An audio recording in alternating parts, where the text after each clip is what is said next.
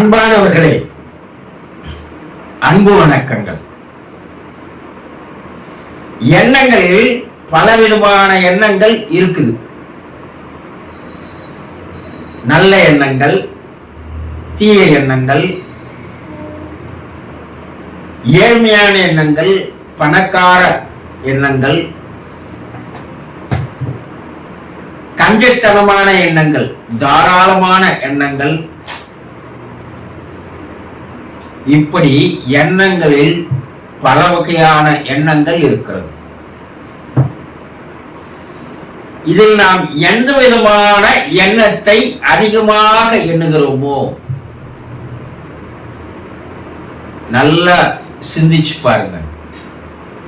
எந்த எண்ணத்தை நீங்கள் அதிகமாக எண்ணுகிறீர்களோ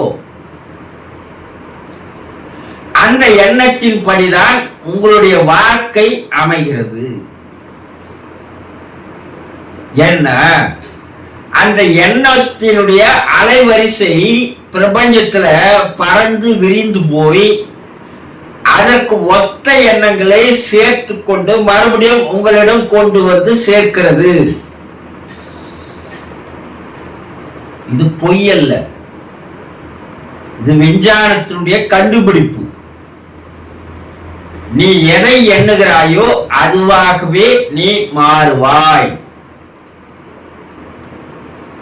விஞ்ஞானத்துடைய கண்டுபிடிப்பினுடைய வெளிப்பாடு இதுதான். நீ எதை எண்ணுகிறாய்? நீ நல்லதை எண்ணினால் நீ நல்லவனாக மாறுகிறாய். நீ கெட்டதை எண்ணினால் கெட்டவனாக மாறுகிறாய். நீ ஏழ்மையான எண்ணங்களை எண்ணினால் நீ ஏழையாகவே மாறுகிறாய். நீ பணக்காரனாக ஆக வேண்டும் என்ற எண்ணங்களை அதிகமாக எண்ணினால் நீ நிச்சயம் பணக்காரனாக மாறுகிறாய். ஒரு சிலர் பார்த்தன்னா சகஜமா பேசத்தை பார்த்துருப்பீங்க. கடவுள் ஏன் என்னை படைச்சான்னு தெரியலப்பா, ஏழையாவே என்னை படைச்சிட்டான், கடைசி வரைக்கும் நான் ஏழையாவே சாவணும்னு அவனே முடிவு பண்ணிட்டான். கடவுளை கொஞ்சம் கூட இரக்கம் என்பதே இல்லப்பா.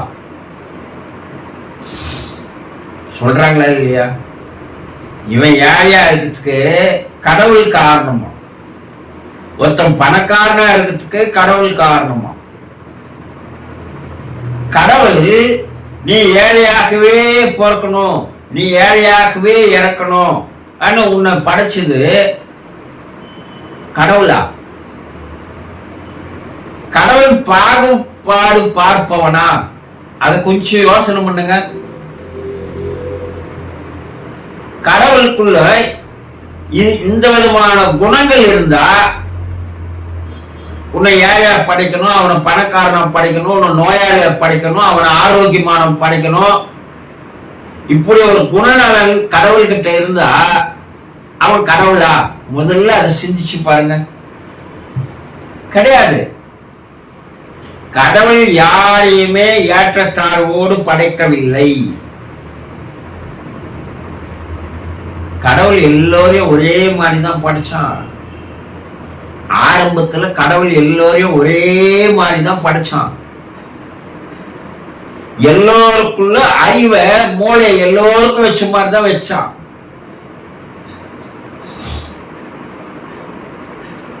அப்போ நாம் ஏழையாக இருப்பதற்கு என்ன காரணம்?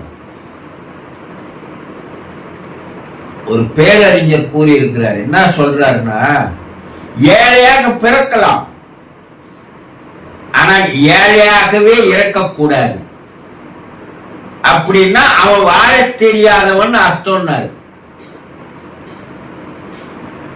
நீங்க நான் ஏழையாவே பிறந்துட்டோம்பா, என்னை ஏழையாவே கடவுள் படைச்சிட்டான், நான் என்ன பண்றது தெரியல, நான் ஏழையாதான் வாழணும் போலக்குது, ஏழையாதான் சாவணும் போலக்குது, ஒரு நாளைக்கு 100 முறையாவது நான் ஏழைதான், நான் ஏழையாதான் பிறந்த, நான் ஏழையாதான் வாழணும், நான் ஏழையாதான் வாழ்க்கை நடத்தணும், நான் ஏழையாதான் சாவணும், எல்லோரும் என்னை ஏழையாதான் பார்க்கணும் இப்படி ஏழையா ஏழையா ஏழையான்னு அவன் சொல்ல சொல்ல சொல்ல ஒரு நாளைக்கு நீங்கள் அதிகமாக நாம ஏழை நீங்க சொல்ற அந்த எண்ணம் இருக்குது பாருங்க, எண்ணங்கள்.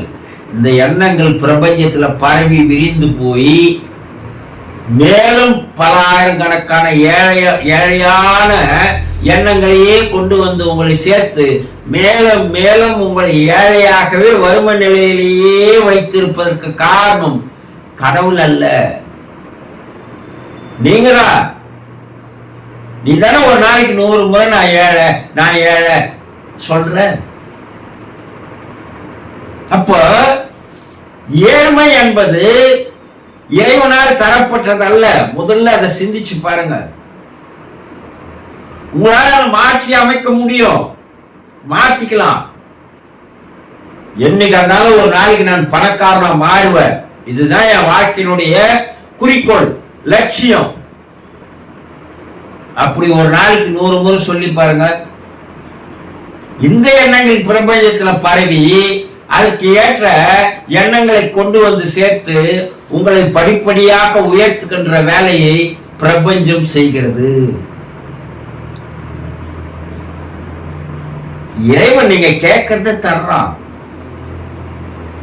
நீ ஒரு நாளைக்கு எத்தனை முறை எந்த எண்ணத்தை என்றையோ அந்த எண்ணத்திற்கு ஏற்ற சந்தர்ப்ப சூழ்நிலை வாய்ப்புகளை இறைவன் தருகிறான். நீ ஆசைப்பட்டுட்டப்பா, நீ ஏழையாவே இருக்கணும்னு ஆசைப்படுற, நீ ஏழையாவே வாழணும்னு ஆசைப்படுற, நீ எதை ஆசைப்படுறியோ அதுதான் நான் தர முடியும். இறைவன் அதான் தரான். நீ எதை கேட்கிற அதான் அவன் தரான். அப்போ உங்களுடைய வாழ்க்கை உங்களால் மாற்றி அமைத்துக் கொள்ள முடியும். உலகத்துல பார்த்தன்னா பெரிய கோடீஸ்வரன்லாம் நிறைய பேர் கோடீஸ்வரனாவே பிறந்து கோடீஸ்வரனாவே வாழல, வறுமை நிலையில் இருந்தவர்கள் தான். அவனுடைய மனதிற்குள் ஒரு உறுதி, ஒரு வெறி, என்ன எப்படி இருந்தாலும் நான் பணக்காரனா மாறியே தீருவேன். அந்த குறிக்கோளோடு அந்த லட்சியத்தோடு அந்த எண்ணத்தோடு வாழ்ந்ததால் அவர்கள் பணக்காரர்களாக மாறினார்கள். இதுல இருந்து என்ன நீங்க தெரிஞ்சுக்கிறீங்க? நீங்கள் எதை எண்ணுகிறீர்களோ, எதை நீங்கள் சிந்திக்கிறீர்களோ அதற்குண்டான வாழ்க்கை தான் உங்களுக்கு அமையும் என்பதை இப்ப சொல்லல, பல ஆயிரம் ஆண்டுகளாகவே சொல்லி வருகிறார்கள். ஆனா நம்ம அது கேட்கறது இல்லை. நம்மளை சுற்றி ஒரு வார்த்தை போட்டுக்கின்னு நான் ஏழை, நான் ஏழை, நான் ஏழை, நான் ஏழை, உங்களை நீங்களே தாழ்த்தி கொள்வதால் வருகின்ற வாழ்க்கை மேலும் மேலும் மேலும் வறுமையிலும் கஷ்டத்திலும் துன்பத்திலும் துயரத்திலும் வேதனையிலும் தான் கொண்டு போய் சேர்க்குமே தவிர இதற்கும் இறைவனுக்கும் எந்த விதமான சம்பந்தமும் இல்லை. உங்களால சாதிக்க முடியும்னு எண்ணுங்க, உங்களால பணக்காரன் ஆக முடியும்னு எண்ணுங்க, உங்களால பெரிய படிப்பு படிக்க முடியும்னு எண்ணுங்க, ஒரு உயர்ந்த உத்தியோகத்திற்கு வேலைக்கு போக முடியும்னு எண்ணுங்க. நீங்கள் எதை எண்ணுகிறீர்களோ அதுவாகவே நீங்கள் மாறுகிறீர்கள் என்பதை மனதில் ஆழ பதித்துக் கொண்டு, உங்களுக்கு லட்சியம் இருக்கும், குறிக்கோள் இருக்கும் இல்லையா?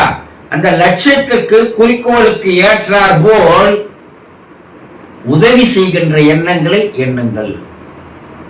இப்ப ஏழையா இருக்கிறவன் ஏழையாவே இருப்புன்னு எண்ணாதீங்க, உங்களாலும் பணக்காரனா மாற முடியும்னு எண்ணுங்க. நீங்கள் பணக்காரனாக மாறுவீர்கள், இதுல எந்த சந்தேகமும் தேவையில்லை. ஏன்னா எல்லாம் அது போல சாதிச்சு இருக்கிறாங்க, நிரூபிச்சு இருக்கிறாங்க. உலகத்துல மற்றவனால நிரூபிக்க முடியும்னா உங்களால நிரூபிக்க முடியாதா? முடியும், நம்புங்க. சந்தோஷம்.